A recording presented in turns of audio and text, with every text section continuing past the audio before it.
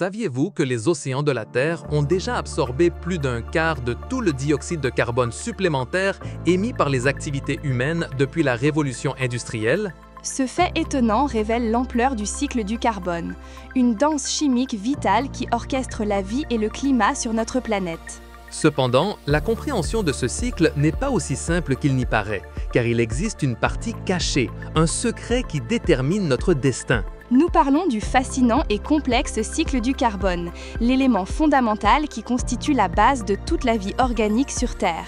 C'est le composant essentiel des protéines qui construisent nos muscles et nos organes, des lipides qui stockent l'énergie et des glucides qui nous nourrissent. De plus, c'est le squelette de la molécule la plus importante pour l'hérédité, l'acide désoxyribonucléique, notre carte génétique. Mais le carbone n'existe pas seulement dans les formes visibles de la vie, il se déplace aussi constamment entre de vastes dépôts ou réservoirs. Ces réservoirs comprennent l'atmosphère, les océans, la surface terrestre et l'intérieur de la Terre. Dans l'atmosphère, le carbone se trouve principalement sous forme de dioxyde de carbone, un gaz vital pour la photosynthèse des plantes. Il est également présent sous forme de méthane, un puissant gaz à effet de serre, bien qu'en concentration bien moindre que le dioxyde de carbone.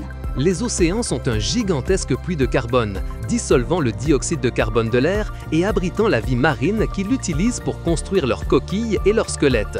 Une partie de ce carbone se dépose dans les sédiments marins, formant des roches calcaires au cours de millions d'années. Sur Terre, le carbone est stocké dans les sols, dans la biomasse des forêts et dans les vastes dépôts de combustibles fossiles comme le charbon, le pétrole et le gaz naturel. Ces combustibles fossiles sont en substance du carbone ancien capturé à partir d'organismes vivants datant de centaines de millions d'années. Le cycle du carbone opère à deux échelles temporelles principales, le cycle géologique qui est lent et le cycle biologique qui est beaucoup plus rapide. Le cycle géologique ou à long terme déplace le carbone entre la lithosphère, l'hydrosphère et l'atmosphère sur des millions d'années. Pourriez-vous expliquer comment le volcanisme joue un rôle dans ce cycle à long terme?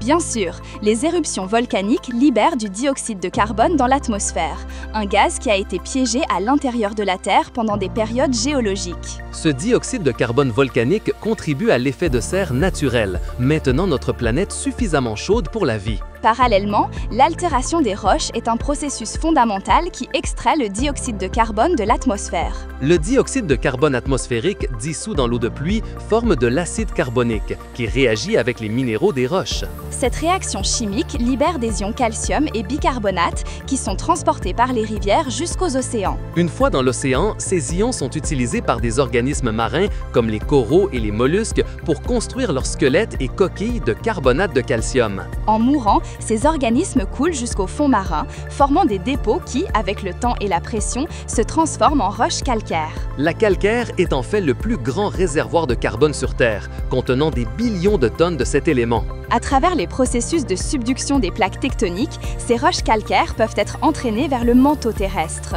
Là, sous d'immenses pressions et températures, le carbone peut se libérer à nouveau sous forme de dioxyde de carbone lors du métamorphisme et des éruptions volcaniques. Un exemple fascinant de ce cycle géologique est la formation des grands bassins pétroliers comme celui du Golfe du Mexique ou celui d'Arabie Saoudite. Des millions d'années d'accumulation de matière organique dans des conditions anoxiques ont donné naissance à ces vastes dépôts de pétrole et de gaz naturel. Cela nous montre comment le carbone a été séquestré sous terre pendant des ères, formant des ressources énergétiques que l'être humain a exploitées récemment. Le cycle du carbone, ou à court terme, est l'autre face de la médaille, opérant à des échelles de temps beaucoup plus rapides, de quelques heures à des décennies ou des siècles. Son cœur est la photosynthèse, le processus par lequel les plantes, les algues et certaines bactéries absorbent le dioxyde de carbone de l'atmosphère ou de l'eau. Elles transforment ce dioxyde de carbone et l'énergie solaire en sucre et en oxygène, la base de la chaîne alimentaire sur notre planète. Considérons une forêt tropicale amazonienne, où des milliards d'arbres absorbent quotidiennement d'énormes quantités de dioxyde de carbone. Ce carbone reste stocké dans sa biomasse, dans ses troncs, ses feuilles et ses racines, agissant comme un gigantesque puits de carbone. Comment ce carbone retourne-t-il dans l'atmosphère ou dans le sol après avoir été capturé par les plantes? Par la respiration, un processus dans lequel les êtres vivants, incluant les humains, les animaux et les plantes elles-mêmes, libèrent du dioxyde de carbone dans l'atmosphère en décomposant les sucres pour obtenir de l'énergie. Les micro-organismes comme les bactéries et les champignons jouent également un rôle crucial dans la décomposition de la matière organique morte. Lorsqu'un arbre tombe ou qu'un animal meurt, ces décomposants libèrent le carbone stocké dans le sol et dans l'air sous forme de dioxyde de carbone. Ou de méthane. Les océans participent également activement au cycle biologique à travers l'échange de gaz avec l'atmosphère. Le dioxyde de carbone se dissout directement dans l'eau superficielle de l'océan et vice-versa, en fonction des différences de concentration. Le phytoplancton marin, de minuscules plantes microscopiques, effectue la photosynthèse à la surface de l'océan, absorbant le dioxyde de carbone dissous. Ce phytoplancton est la base de la chaîne alimentaire marine, consommée par le zooplancton, puis par les poissons plus grands et les mammifères marins. En mourant, ces organismes marins et leurs déchets organiques coulent dans les profondeurs, transportant le carbone au fond de l'océan. Une grande partie de ce carbone est recyclée dans les couches profondes de l'océan, mais une fraction s'accumule dans les sédiments, reliant le cycle biologique au cycle géologique. Les cycles saisonniers du dioxyde de carbone sont un exemple parfait de cette interaction biologique. Chaque printemps, dans l'hémisphère nord, avec la croissance de la végétation, on observe une diminution significative de la concentration de dioxyde de carbone atmosphérique. En hiver, lorsque les plantes meurent ou entrent en dormance, la respiration et la décomposition dépassent la photosynthèse et les concentrations de dioxyde de carbone augmentent. Ce schéma est si prévisible qu'il est mesuré avec précision depuis 1958 à l'observatoire de Mauna Loa à Hawaï. La courbe de Keeling, du nom du scientifique Charles David Keeling, montre ce rythme saisonnier et, de manière alarmante, une tendance ascendante constante du dioxyde de carbone. Cela nous amène à la partie critique et la plus préoccupante de l'histoire du cycle du carbone, l'influence humaine. Depuis le début de la révolution industrielle, il y a environ 270 ans, l'humanité a radicalement modifié l'équilibre naturel du carbone. La combustion de combustibles fossiles est sans aucun doute le principal contributeur à cette altération. Ces combustibles, charbon, pétrole et gaz naturel, représentent du carbone qui était séquestré sous terre pendant des centaines de milliers d'années. En les brûlant pour produire de l'électricité, déplacer des véhicules ou alimenter des industries, nous libérons d'énormes quantités de dioxyde de carbone dans l'atmosphère. On estime que chaque année, l'humanité libère environ 11 gigatonnes de dioxyde de carbone rien que par la combustion de combustibles fossiles. Cela équivaut à déverser dans l'air le poids d'1 million de tours Eiffel chaque année, rien qu'en dioxyde de carbone. Un exemple palpable est une centrale thermoélectrique alimentée au charbon qui peut émettre des millions de tonnes de dioxyde de carbone par an. Le transport automobile mondial, avec ses milliards de véhicules, est un autre grand émetteur, libérant du dioxyde de carbone directement dans les villes et sur les autoroutes. Outre les combustibles fossiles, la déforestation et les changements d'affectation des sols contribuent également de manière significative. Lorsque les forêts sont abattues et brûlées pour l'agriculture ou l'expansion urbaine, le carbone stocké dans les arbres est libéré dans l'atmosphère. Cela ajoute non seulement du dioxyde de carbone, mais réduit la capacité de la Terre à absorber le dioxyde de carbone par la photosynthèse. La déforestation dans le bassin amazonien, par exemple, a libéré des billions de tonnes de carbone qui étaient stockées dans sa végétation luxuriante et ses sols. Un autre exemple est la conversion de vastes zones de forêt en terres agricoles ou en pâturage, un processus qui se poursuit dans de nombreuses parties du monde. Les activités industrielles, comme la production de ciment, libèrent également du dioxyde de carbone. Pour produire du ciment, le calcaire est chauffé à des températures élevées, ce qui décompose le carbonate de calcium et libère du dioxyde de carbone. L'agriculture moderne a également son empreinte carbone, avec l'émission de méthane par le bétail ruminant, en particulier les vaches. Les engrais azotés utilisés dans l'agriculture peuvent également libérer de l'oxyde nitreux, un autre gaz à effet de serre puissant.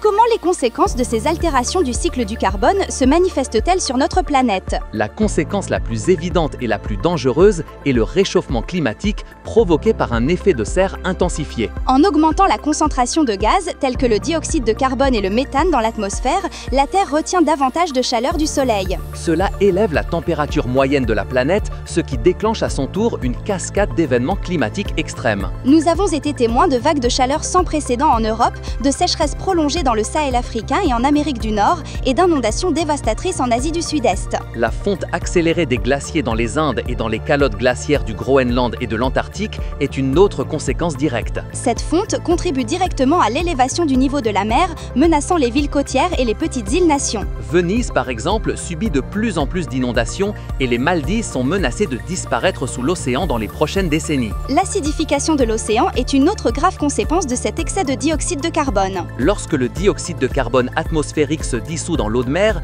il forme de l'acide carbonique, ce qui réduit le pH de l'océan. Cela a un impact dévastateur sur les organismes marins qui construisent leur squelette et leurs coquilles de carbonate de calcium, comme les coraux, les mollusques et certains types de plancton.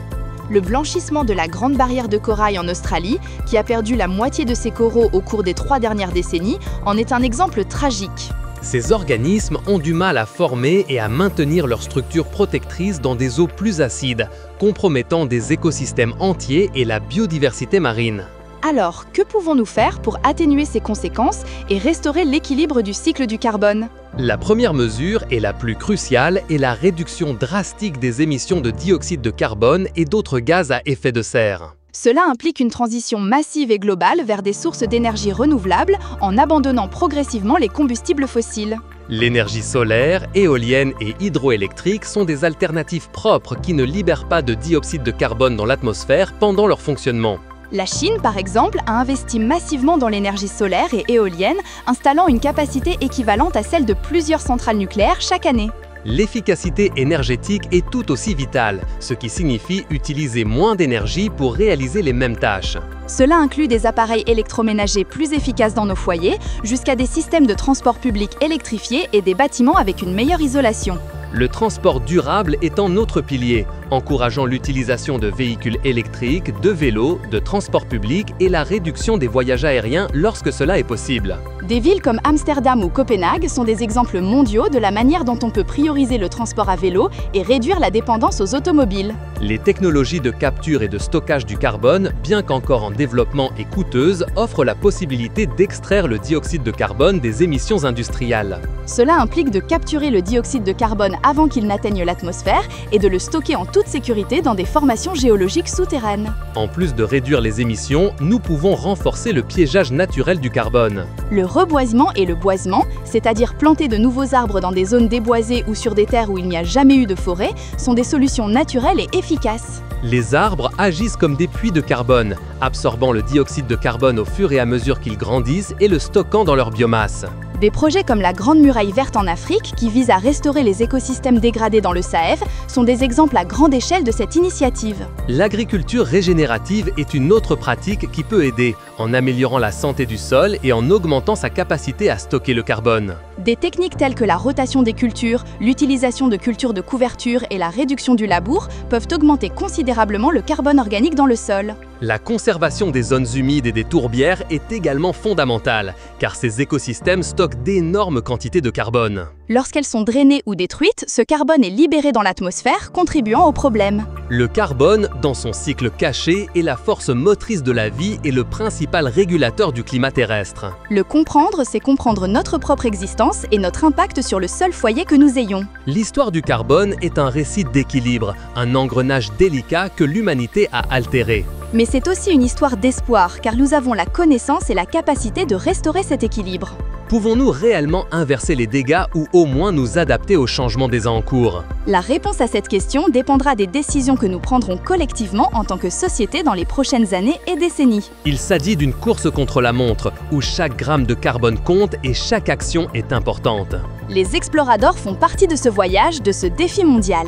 Si cette immersion profonde dans le cycle du carbone vous a paru aussi fascinante qu'à nous, il y a encore beaucoup à découvrir sur notre chaîne. Nous vous invitons à rejoindre la communauté Explorando en vous abonnant dès maintenant.